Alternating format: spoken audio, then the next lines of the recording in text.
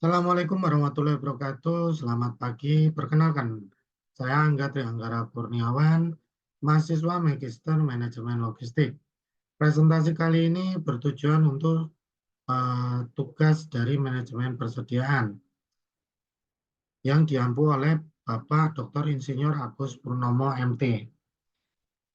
Judul jurnal yang saya ambil pada presentasi kali ini adalah Model Manajemen Persediaan dan Kinerja Gudang Industri Retail di Afrika Selatan.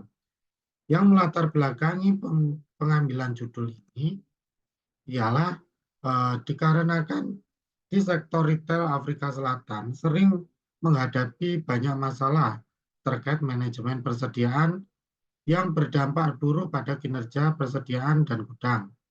Beberapa dampak negatif antara lain ketidakmampuan untuk memenuhi pesanan.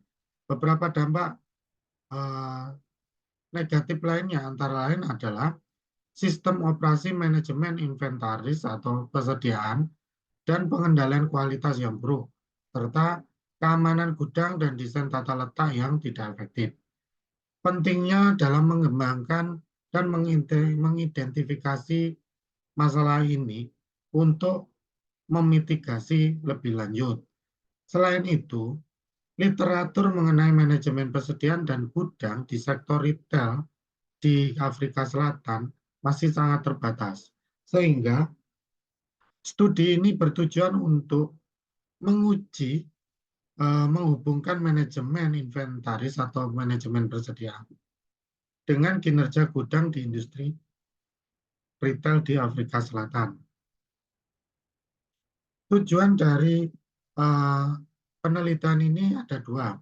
Yang pertama, menilai dampak praktik manajemen persediaan terhadap kinerja persediaan. Yang kedua, mengukur dampak kinerja persediaan terhadap kinerja gudang.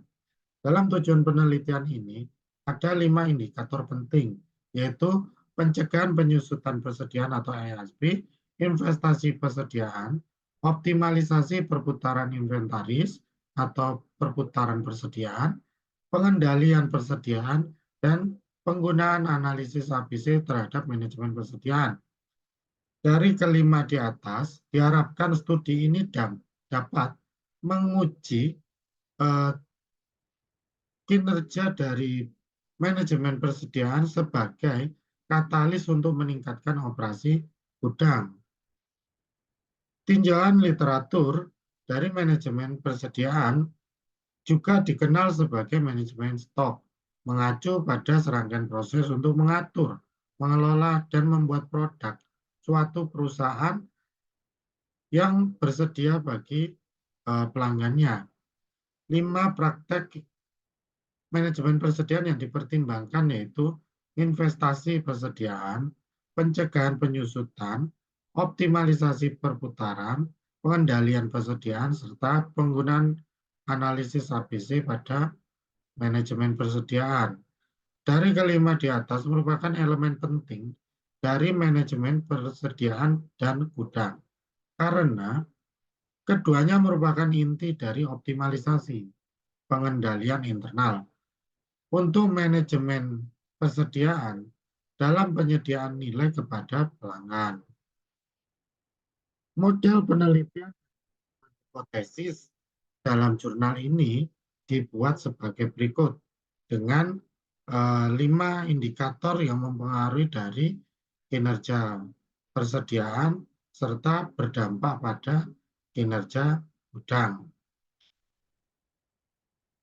Dari hasil analisis data yang dilakukan di tools SPSS atau PLS, didapati hasil sebagai berikut, bahwa dari 6 yang diuji, ada 2 yang tidak berdampak positif terhadap manajemen persediaan. Antara lain adalah ISP dan ITO, yaitu pencegahan penyusutan serta optimalisasi perputaran. Sehingga dapat diambil kesimpulan bahwa penelitian ini merupakan model penguji penelitian yang menghubungkan manajemen persediaan dengan kinerja gudang di industri retail di Afrika Selatan. Hasil dari penelitian menunjukkan bahwa 3 indikator investasi persediaan, pengendalian, dan pemanfaatan alat analisis statistik merupakan kontribusi yang berdampak positif. Dan studi ini juga memberikan informasi baru mengenai peran manajemen persediaan dalam membentuk kinerja pergudangan di sektor retail Afrika Selatan. Karena hal ini dapat mengidentifikasi praktek manajemen persediaan yang bagus atau yang berdampak positif dan praktek yang tidak terlalu penting atau tidak berdampak positif dalam membentuk kinerja persediaan dan gudang. Secara praktis, penelitian ini memberikan informasi kepada para profesional di sektor retail untuk mengelola stok dan gudang.